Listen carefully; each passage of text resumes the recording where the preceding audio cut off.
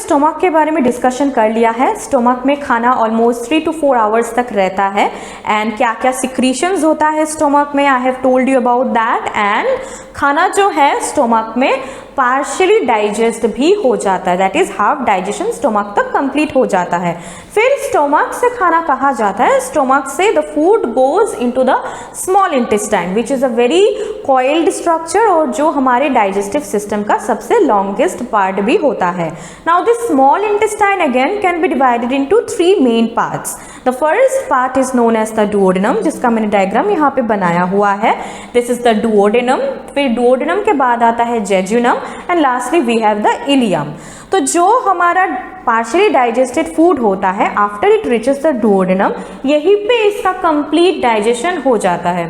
तो फिर जब डाइजेशन हो जाता है यहाँ पे completely, that means this portion of this small intestine receives a lot of enzymes. Okay, तो यहाँ पे बेसिकली 3 टाइप के एंजाइम्स मिलते हैं। The first is secreted by the duodenum itself and that is known as the intestinal juice। जो duodenum खुद secrete करता है enzyme, that is known as the intestinal juice. Clear?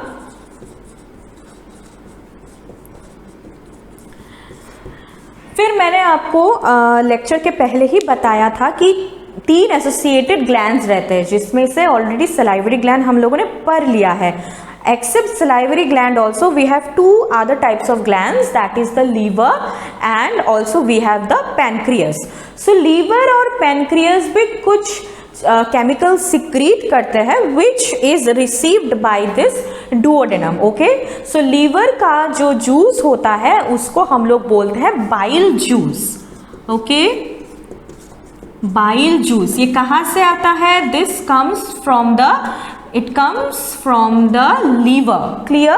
So liver एक ऐसा structure है, यहाँ पे हम लोगों का लीवर रहता है। This is present in the right side of our body and it is the largest gland also which is present in our body। Liver एक जूस सिक्रीट करता है जिसका नाम है बाइल जूस, और बाइल जूस का सिक्रीशन अल्टीमेटली इस duodenum में आके ही रीच करता है। Clear? And thirdly we have the pancreatic juice। okay, see from the name itself you can make out pancreatic juice। तो फिर कहाँ से आ रहा होगा? definitely it comes from the pancreas। pancreas इस region में situated होता है। clear? तो सबसे पहले I will be talking about the liver. Okay, so आप डायग्राम में देखिए लीवर का स्ट्रक्चर कुछ ऐसा होता है which is present in the right side of our body and it is also the largest gland which is present in our body. Liver एक juice secrete करता है जिसका नाम है बाइल जूस। ओके, लीवर का जो जूस होता है वो अल्टीमेटली आके डुओडेनम में ही रिच करता है। लेकिन यहाँ पे और एक बात है, लीवर जब अपना जूस सिक्रीट करता है तो सबसे पहले लीवर का जूस चला जाता है गॉल ब्लैडर में। आप डायग्राम में देख सकते हो यहाँ पे एक गॉल ब्लैडर एक छोटा सा स्ट्रक्चर है। तो सबसे पहले लीवर का जो जूस होता है after it gets release it goes into the gall bladder and it remains stored there for some time, like for 1 to 2 hours gall bladder में स्टोर्ड रहता है। उसके बाद ही गॉल ब्लैडर से निकल के डुओडेनम में आ जाता है ये बाइल जूस। तो अभी बाइल जूस का बेसिकली काम क्या है? What is the function of the bile juice? ठीक है, बाइल जूस का एंजाइमेटिक फंक्शन नहीं है। ठीक है, bile juice actually acts on the fat molecules. अभी फैट मॉलिक्यूल्स क्या होता है? Basically these are very big globules. Fat का जो मॉलिक्यूल्स होता है बहुत बड़े बड़े मॉलिक्यूल्स होते हैं।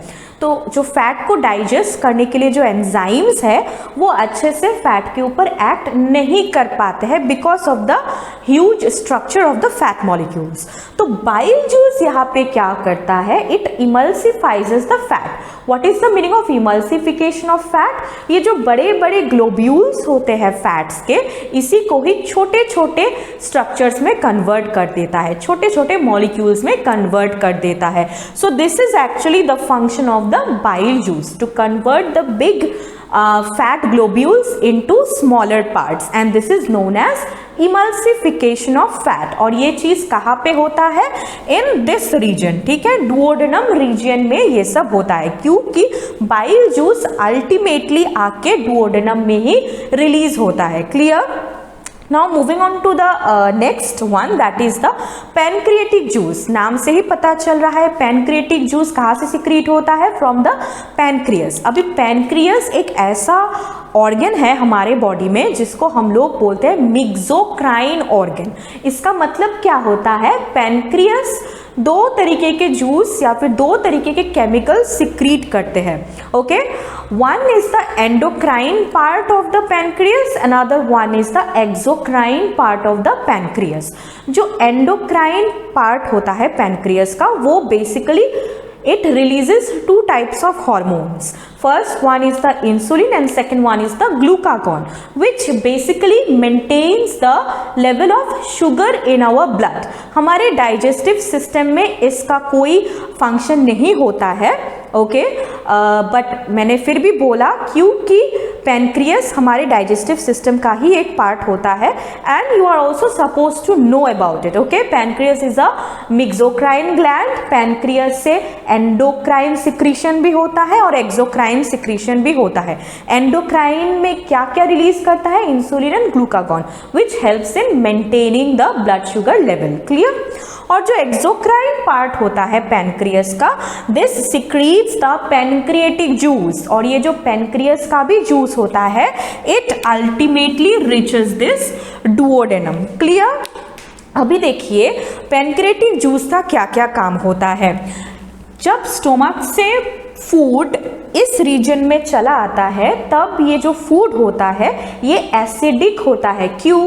क्योंकि स्टोमक में HCl रिलीज हुआ था, इसीलिए जो खाना यहाँ से यहाँ तक पहुँच रहा है, this is also acidic in nature. But pancreatic juice cannot act, okay, on the food when it is acidic in nature. First it has to be converted into basic form. Clear? इसको basic form में लाना पड़ेगा।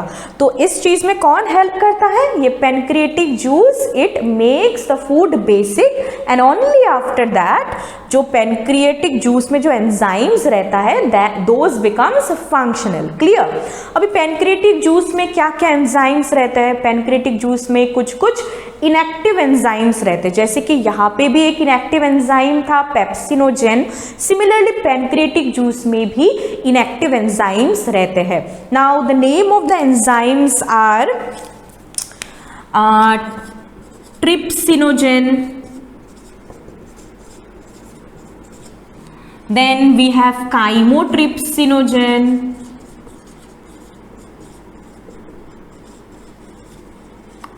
फिर यहाँ पे और भी enzymes होते हैं जैसे कि लाइपेजेस। ओके, यहाँ पे और भी कुछ कुछ एंजाइम्स होते हैं। ठीक है, तो पैनक्रिएटिक जूस से हमको इनएक्टिव एंजाइम्स मिलते हैं like trypsinogen, then we have chymotrypsinogen, we have lipases.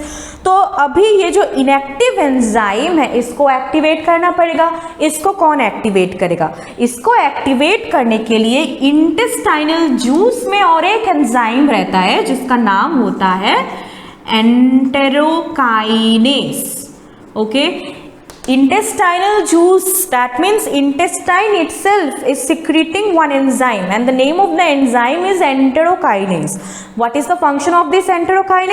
तो ये जो एंटेरोकाइनेस होता है it activates the trypsinogen. Okay, और ये जो ट्रिप्सिनोजेन है ये एक्टिवेट होके बन जाता है trypsin, and after it gets activated it also activates the other enzymes। अभी आप देखो इस डुओडेनम जगह को, इस छोटे से जगह को आप देखो, यहाँ पे कितने सारे एंजाइम्स हैं। We have the pancreatic juice here, we have the intestinal juice here, we also have the bile juice here। Bile का जो फंक्शन होता है वो मैंने आपको बता दिया है ऑलरेडी। और जो बाकी जो यहाँ पे एंजाइम्स होते हैं जो पार्शियली फूड स्टोमक से डुओडेनम तक आया था, इसको कंप्लीटली डाइजेस्ट कर देता है। Clear? So we can say that digestion is completed in this part of the small intestine. So basically जो हमारा 3 कॉम्प्लेक्स फूड था, 3 कॉम्प्लेक्स न्यूट्रिएंट्स थे, दैट इज कार्बोहाइड्रेट, प्रोटीन और फैट्स, यहाँ पे वो कंप्लीटली डाइजेस्ट हो जाते हैं and they get converted into their simplest forms. Clear? तो जो कार्बोहाइड्रेट था, कंप्लीटली डाइजेशन हो जाके यहाँ पे किस में कन्वर्ट हो जाता है, it gets converted into glucose. Next we have the proteins. Proteins का भी कंप्लीट डाइजेशन हो जाता है इस पार्ट में, and the simplest form of protein is the amino acids. And then हमारे पास और एक चीज भी होता है, फैट्स। फैट्स का भी डाइजेशन यहाँ पे हो जाता है। सबसे पहले फैट्स को बाइल जूस इमल्सिफाई करता है, छोटे छोटे मॉलिक्यूल्स में कन्वर्ट करता है, and then the lipases which are being secreted from the pancreatic juice acts on the emulsified fats and also converts them into the simplest form। तो fats का जो सिंपलेस्ट फॉर्म होता है वो होता है fatty acids plus glycerol. So clear. So small intestine के इस पार्ट में कंप्लीट डाइजेशन हो जाता है। Now these simplest food, simplest form of food can be absorbed by the body। तो इसका absorption कहाँ पे होता है, इसका absorption भी small intestine में ही हो जाता है। कौन से पार्ट में होता है, it occurs in the jejunum as well as ileum। तो खाना अभी duodenum से कौन से पोर्शन में चला जाएगा, jejunum और ileum में चला जाएगा, जहाँ पे absorption of food will take place। अभी जेजुनम में कुछ कुछ फिंगर लाइक प्रोजेक्शंस रहते हैं जिसको हम लोग बोलते हैं विली। विली का मेन फंक्शन क्या होता है, एब्जॉर्प्शन के लिए सरफेस एरिया को वो इंक्रीज कर देता है। क्या एब्जॉर्प्शन होगा, the simple foods, okay, glucose, amino acid, then fatty acid, glycerol और फिर विटामिन मिनरल्स तो पहले से ही थे फूड में। So all this things are now going to be absorb by the body in the jejunum and ileum portion of the small intestine. और इसी absorption को फास्टर करने के लिए या फिर इसी एब्जॉर्प्शन को और ज़्यादा एफिशिएंट बनाने के लिए ही we have some finger like projections in the small intestine and these finger like projections are known as villi। आपको डायग्राम में भी दिखाई दे रहा होगा villi। they are actually surrounded by numerous blood vessels। Okay, so इसी blood vessel में अभी क्या होता है exactly देखिए, एक्चुअली होता क्या है, if I draw this small intestine portion, यहाँ पे कुछ finger like projections रहते हैं, आप डायग्राम में भी देखिए। Okay, here are some finger-like projections. These finger-like projections are actually known as villi। और इसी finger-like projections में क्या होता है, blood vessels ऐसे इसके ऊपर coiled मैनर में रहते हैं। क्लियर। अभी इस पोर्शन में क्या है, this is the inside portion of the small intestine. यहाँ पे हमारा ग्लूकोज है, एमाइनो एसिड है, फैटी एसिड, ग्लिसरॉल, ये सब है। तो एग्जैक्टली ये मॉलिक्यूल्स यहाँ पे ऐसे करके प्रेजेंट है। Now this molecules what they are exactly going to do is, now as they are in their simplest form, now अभी ये लोग डायरेक्टली इस ब्लड वेसल के अंदर चले जा सकते हैं, and this is only known as absorption।